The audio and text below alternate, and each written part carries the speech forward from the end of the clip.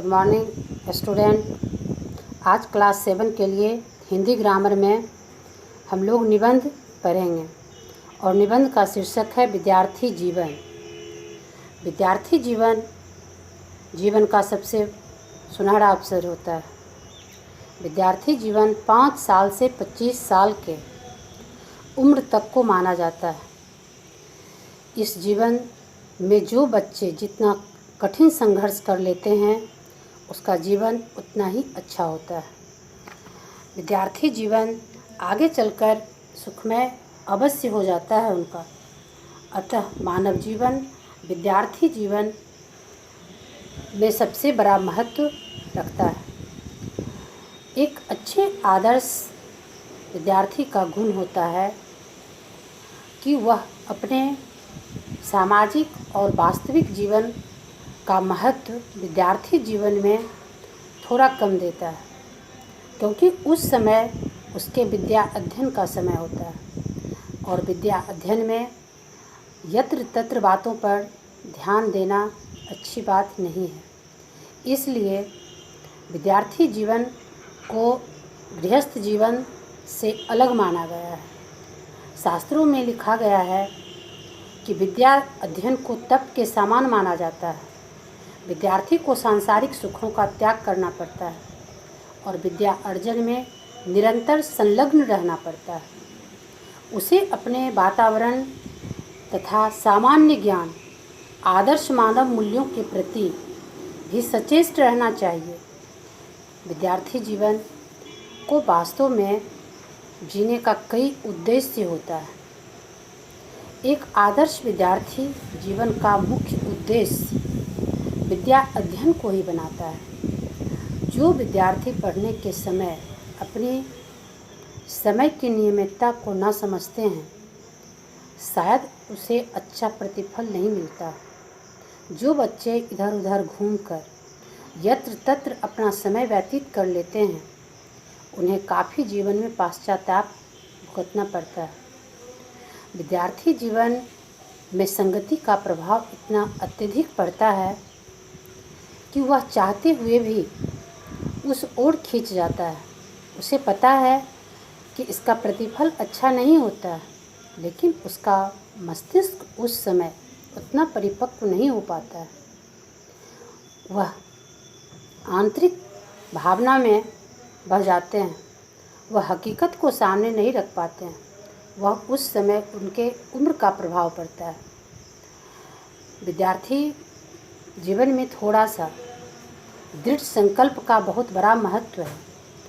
एक अच्छे बच्चे को दृढ़ संकल्पित होना चाहिए, साथ साथ उन्हें अपने स्वास्थ्य के प्रति ध्यान देना चाहिए। एक स्वस्थ मन तभी कबूल कर सकता है जब उसका शरीर स्वस्थ हो। विद्यार्थी जीवन में चरित्र निर्माण बहुत बड़ा मायने रखता है। जिस विद्यार्थी का चरित्र सुदृढ़ है, संकल्पित है, वह हर एक दिशा में अच्छा कार्य करते हैं। शिक्षा के साथ साथ वह अपने सर्वांगीण विकास के लिए समाज को किसी न किसी रूप में अवश्य कुछ देते हैं। विद्यार्थी जीवन में बच्चे को अनेक प्रकार की कष्ट उठाने पड़ते हैं।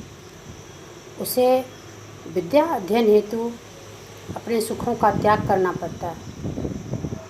पहले तो विद्यार्थी जीवन में गृह त्याग करना पड़ता था और आज आधुनिक जीवन में भी बहुत बच्चे छात्रावास में अपना जीवन व्यतीत करते हैं। उसके नियम कायदे से बंधे रहते हैं। वहाँ उनका जीवन काफ़ी नियमितता के अनुसार चलता है।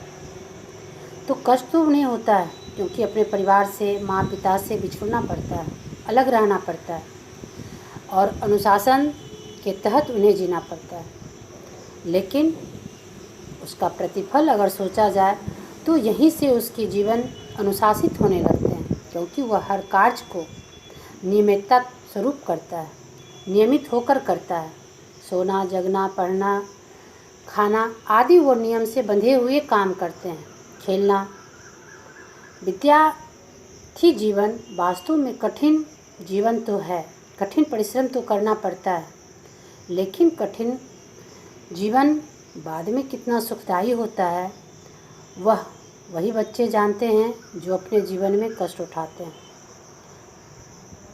विद्यार्थी सफलता प्राप्त करते हैं, उसके पीछे कई रहस्य छुपे होते हैं। उसमें सिर्फ विद्यार्थी का योगदान नहीं होता है। सबसे पहले तो उन्हें वातावरण सही मिलना चाहिए। उनके माँ पिता उनके प्रति कितना परिश्रम करते हैं, कितना उन पे ध्यान देते हैं, उनके टीचर उनके प्रति कितना लगाव रखते हैं, साथ साथ उनका अपना परिश्रम कितना मेहनत करते हैं अपने ज़िंदगी में, वो रंग लाता है। विद्यार्थी जीवन को स्वर्ण काल यूँ ही नहीं कहा गया है। स्वर्ण का अर्थ सोना होता है, यानी उस पर गर्मी, ठंडा, बरसात आदि का कोई प्रभाव नहीं पड़ता है, क्योंकि उसकी चमक बरकरार रहती है। उसी तरह जो विद्यार्थी अपने जीवन में कष्ट को सह लेते हैं, उसकी ज़िंदगी की चमक हमेशा बरकरार रहती है। सबके सामने वो प्रत्यक्ष रहते हैं। आदर्श विद्यार्थी जो होते हैं वह शिक्षा के साथ साथ अपने आचरण के प्रति काफ़ी जागरूक होते हैं बचपन से। शिक्षा प्राप्त करना कोई आसान काम नहीं है। स्कूल में दाखिला लेना, अच्छी पुस्तक से अलमीरा को भर लेना, यह शिक्षा का महत्व नहीं है। शिक्षा के पीछे कई कड़ी जुड़ी हुई है और प्रत्येक कड़ी की मजबूती से ही विद्यार्थी जीवन कसौटी पर कसी जा सकती है। विद्यार्थी को सुखी जीवन के लिए सबसे पहले उसका अपना दृढ़ संकल्प ही काम आता है।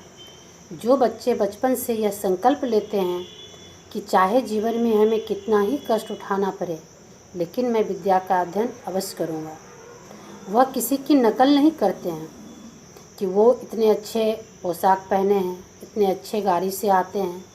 उनके दिमाग में सिर्फ एक ही बात चलती है कि मुझे किसी तरह से अपने पाठ को अच्छी तरह से समझना है, शिक्षक के बातों का अनुकरण करना है।